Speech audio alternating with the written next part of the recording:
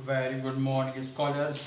चलिए, वही आपका income tax, income from house property और इनकम फ्रॉम हाउस प्रॉपर्टी में आज हम कर रहे हैं इंटरेस्ट ऑन लोन, ऋण पर ब्याज का कैलकुलेशन, क्योंकि उसकी डिडक्शंस मिलनी है। ध्यान रखिए, ये ऋण पर ब्याज है, इंटरेस्ट ऑन लोन है, लोन का अमाउंट की कटौती नहीं मिलती। ठीक है।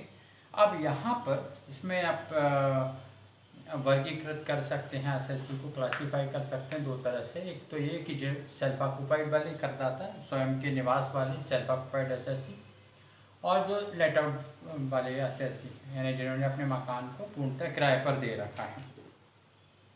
सेल्फ ऑक्यूपाइड में इंटरेस्ट ऑन लोन की मैक्सिमम डिडक्शंस क्या होती हैं, तो वो डेट वाइज है या ईयर वाइज कह सकते हैं।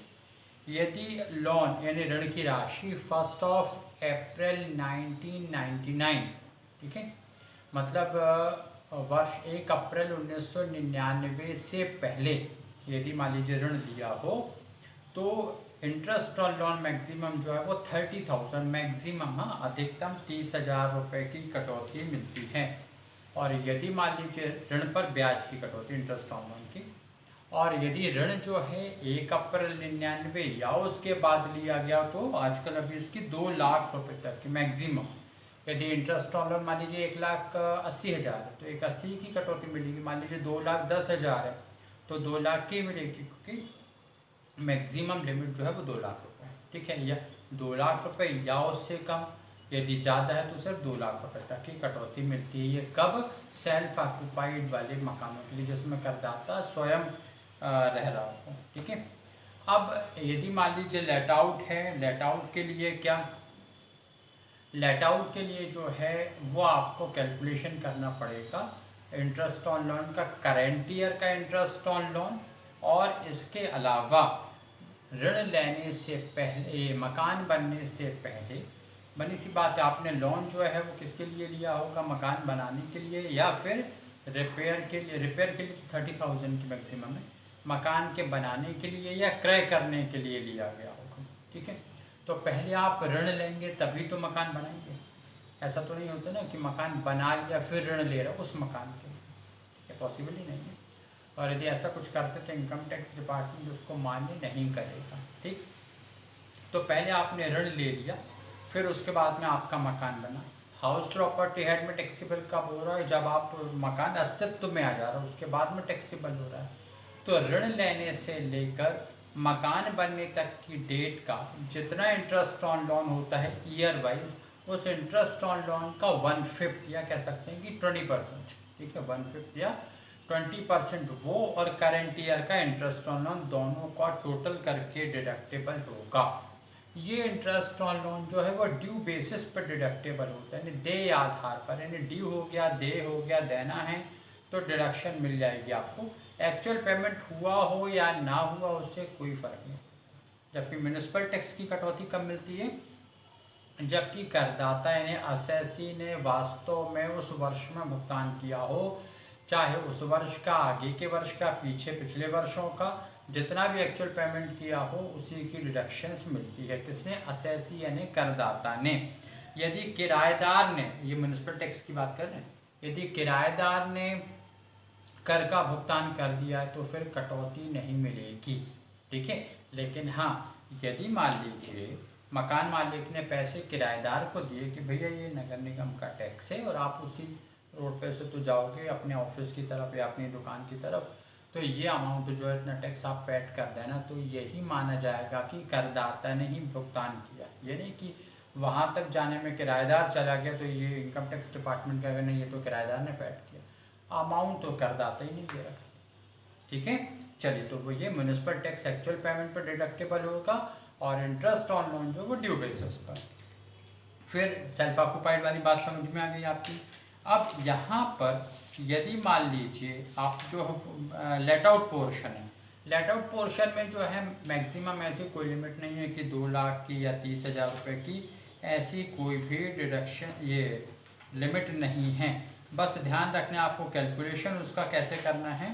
कैलकुलेशन इस तरह से करना है कि करेंट ईयर का पूरा जितना भी ड्यू हो रहा हो वो, और ऋण लेने से मकान बनने तक की डेट का 1/5। ठीक है, चलिए अब यहाँ पर एक न्यूमेरिकल आपको सॉल्व कराते हैं।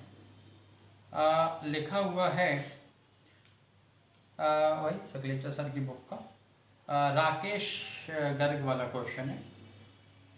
वैसे तो क्वेश्चन बहुत बड़ा है, चूँकि इंटरेस्ट ऑन लोन का कैलकुलेशन कर रहे हैं तो सिर्फ उसका ही देखते हैं। ठीक है, यहाँ पर इन्होंने लिखा है गत वर्ष में ऋण पर ब्याज कितना डे हो चुका है ना, पेमेंट नहीं है लेकिन ड्यू बेसिस पर डिडक्टेबल होता है। तो करेंट ईयर का इंटरेस्ट ऑन लोन कितना है, इसमें करेंट ईयर का इंटरेस्ट ऑन लोन है ये ₹40,000।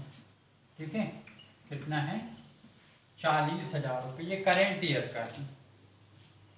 और फिर लिखा है मकान ऋण लिया गया था 1 अप्रैल 2019 को, मकान बन के तैयार हुआ 31 मार्च 2021 को, और जिस पर ऋण पर ब्याज की राशि 2,20,000 रुपये है।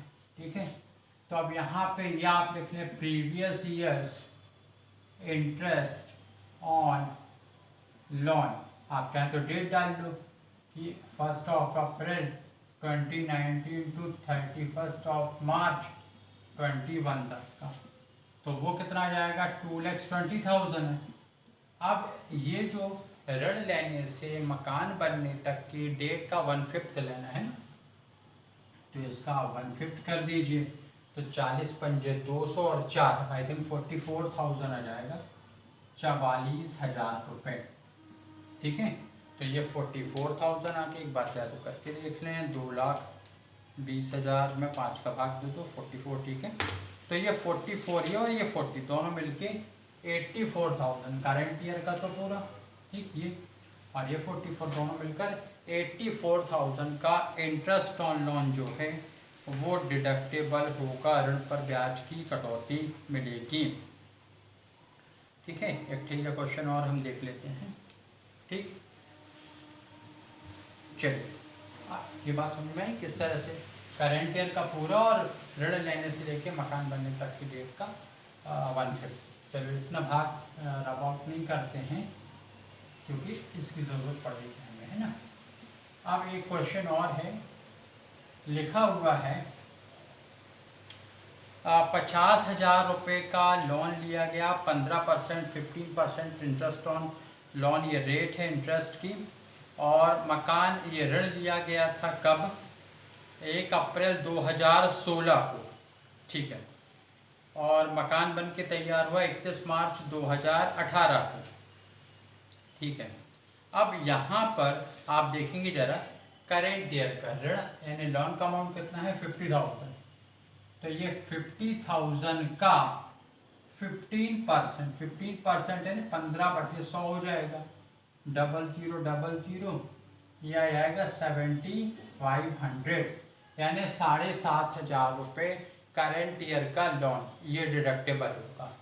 अब प्रीवियस ईयर का कैसे, कब लिया था, 1/4/2016 को, एक एक वर्ष का कैलकुलेशन करो, तो 31 मार्च 2017 तक कितना होगा, वही 50,000 का 15%, तो कितना आ गया 7,500। अरे सुनो, फिर 1 अप्रैल 2017 से 31 मार्च 2018 तक का वही 50,000। अच्छा मान लीजिए इस क्वेश्चन में रहा था कि यदि वैसे इधर यहाँ कहीं लिखा रहता कि करेंट ईयर में 50,000 रुपये में से 10,000 रुपये दे दिए गए, तो फिर ये 40 का 15% निकालते हैं। यदि लिखा रहता 50,000 रुपये में से 15,000 रुपये का भुगतान किया जा चुका है, तो 35 का 15% निकालते हैं। ठीक है, चलिए अब यहाँ पर वही आपका 50,000 का 15%, तो ये कितना आ गया 7,500 रुपये। तो अब क्या होगा कि ये जो 7,500 है ये 7,500 हैं, यानी ये 15,000 का 1/5, ये 15 कैसे है दोनों का ऐड कर दिया, तो कितना आ जाएगा 3,000, तो 3,000 ये और 7,500 ये, यानी 10,500 का डिडक्शंस मिलेगा।